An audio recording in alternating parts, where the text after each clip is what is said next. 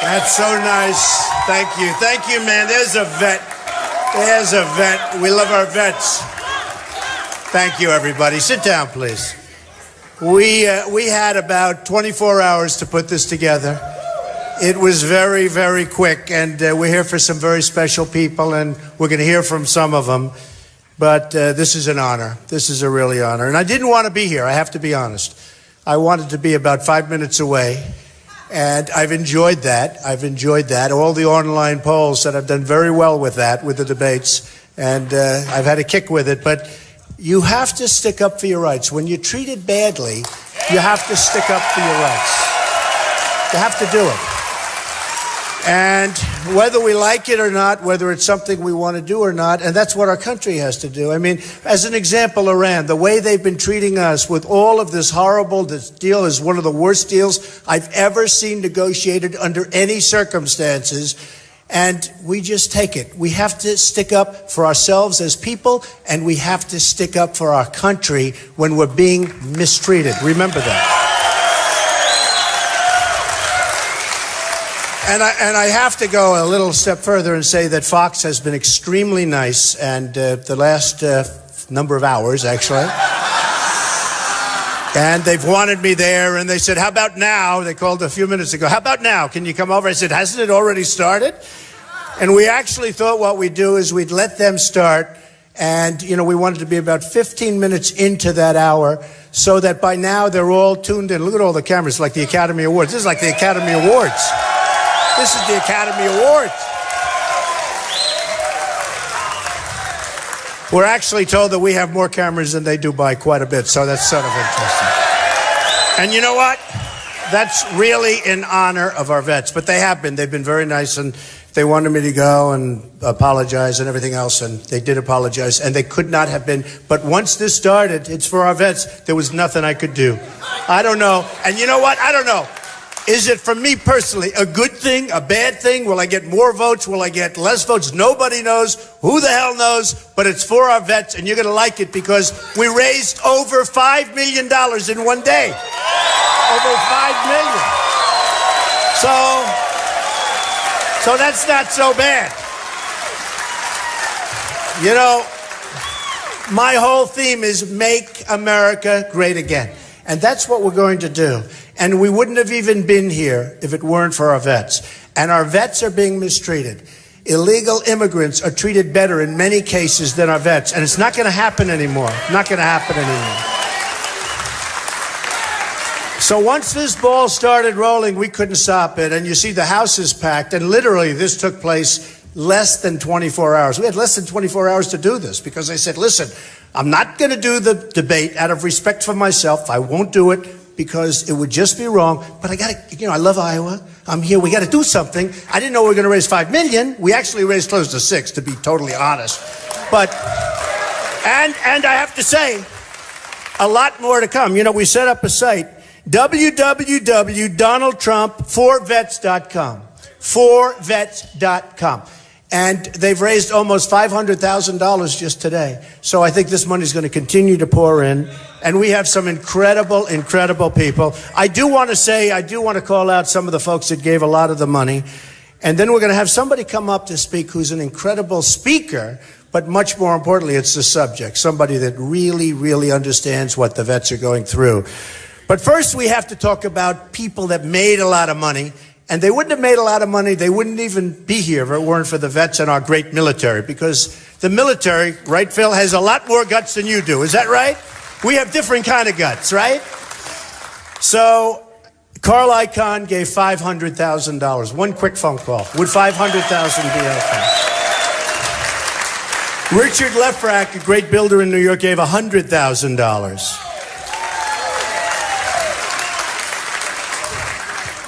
Donald Trump, another great builder in New York, now a politician.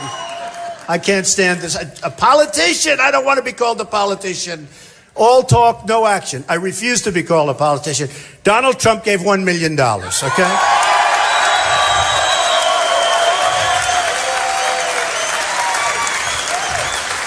The Fisher family of New York gave $75,000. Howard Lauber, a great fan and friend of our family, $100,000. A very, very rich man in New York, a very good friend of mine, a very good person, and he wants to be anonymous. The first time in his life, all his life he was out there. Now I said, do me a favor, could you give me $1 million for this? He said, what? I said, don't worry about it, just give me $1 million. He said, no, at least tell me. I said, it's for the vets. He said, you got it. Is that good, right? And he wanted to be anonymous. I don't know, he's changed, because you know what? You know who I'm talking about. 2 years ago, yes? Open that.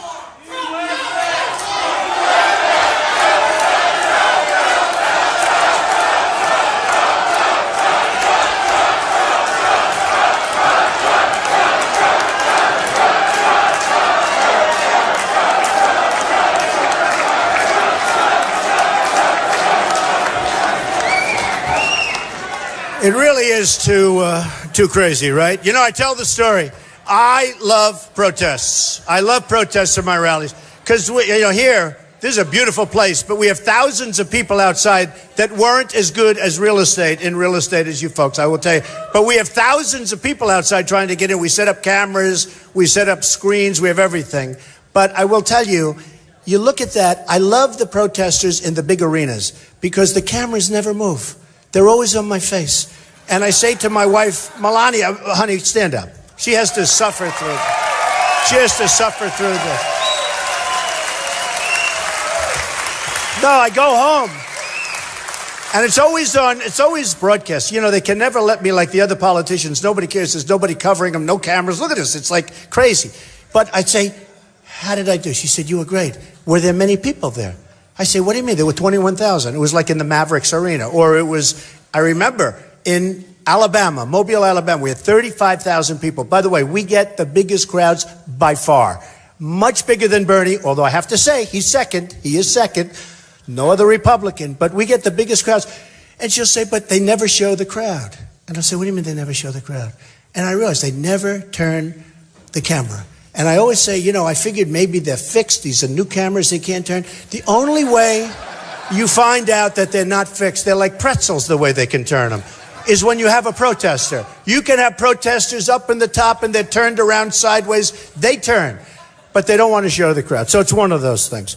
So we have a rich man from New York, a good guy who's become a little bit reclusive, obviously, $1 million. He's a great guy.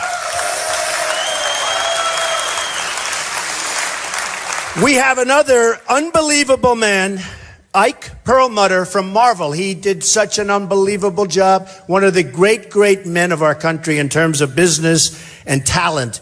And he's giving Ike and Lori Perlmutter $1 million.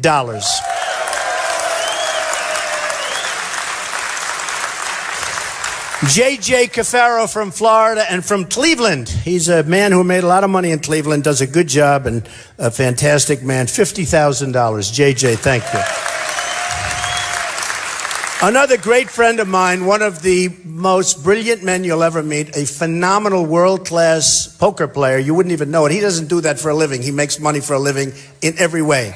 You cannot make a deal with this guy and come out on top. It's impossible. In fact, I'm thinking about him for China. How about him negotiating with China? Okay? You know, China, this year in trade, will make over $500 billion in terms of our trade deficit. $500 billion. That's no partnership. And I'm a free trader. I love free trade. But we have to use our head. And we use political hacks to negotiate with the Chinese. And they have the smartest people. I deal with them all the time. I love the Chinese. They buy my apartments for millions. I have their largest bank in the world from China in one of my buildings. I love them. I'm not blaming the Chinese. I'm not angry at them. I'm angry at our politicians because we have people that are incompetent running our country. Why should we be losing in trade deficits $500 billion a year? So it's not going to happen. So if I took a guy like this, put him in charge, his wife is so incredible. Would you both come up? Mr. and Mrs. Phil Ruffin. Come on up. Come up. Come up.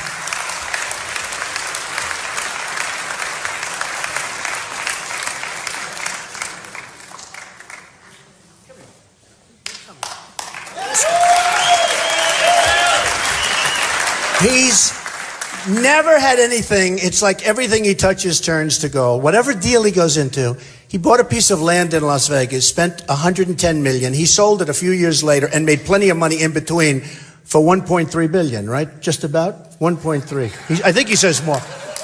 Every single day. So when he gives $1 million, it's like, you know what, that says 10 cents. But for him, very important.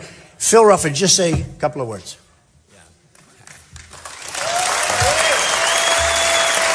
Thank you. I'd like to introduce my wife, Alexander. Donald and I have been friends for some 18 years and business partners.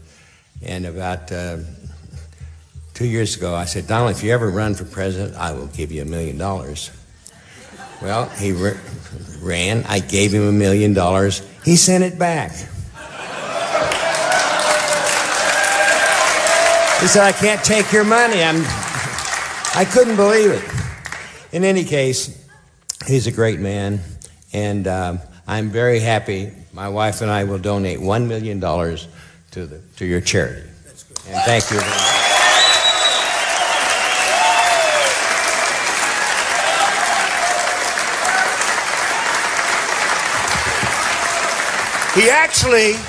He actually sent me $1 million. And he said, there's 10 or 20 more of them if you want it, if you need it. And I sent it back. I just can't stand it. You know, I'm self-funding my own campaign, right? I'm sorry. But all my life, I made money. I've always been good making money. I think I have great imagination, but I made money. And all my life, I did well. And my father always said, everything he touches turns to gold. That's why I use that same expression on him, because there's a guy, believe me, and I'm a fantastic guy. But he always said, everything my boy touches turns to gold. And what happened is I turned all this money down. They're calling and calling. They want to give me money because being number one, they all want to control you. They want to give you money, and now they call you. Remember, I gave you $5 million. I told the story about the Ford plant, about the Nabisco plant. So what happens is all my life, and I'm turning down millions. And I was in Iowa in a different location. We had 4,000 people. And I went to those people. I said, listen, I don't feel good about turning down money. Because my whole life I've been greedy. I've grabbed all the money I could get. I'm so greedy. But now I want to be greedy for the United States. I want to grab all that money. I'm going to be greedy for the United States. And it's true.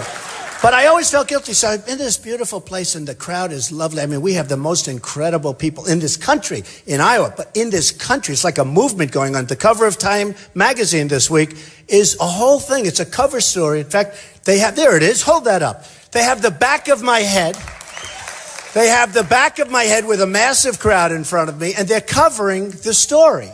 And I said, I didn't even know they were doing a story, and it's the cover of Time. They're talking about the movement. It is actually a movement.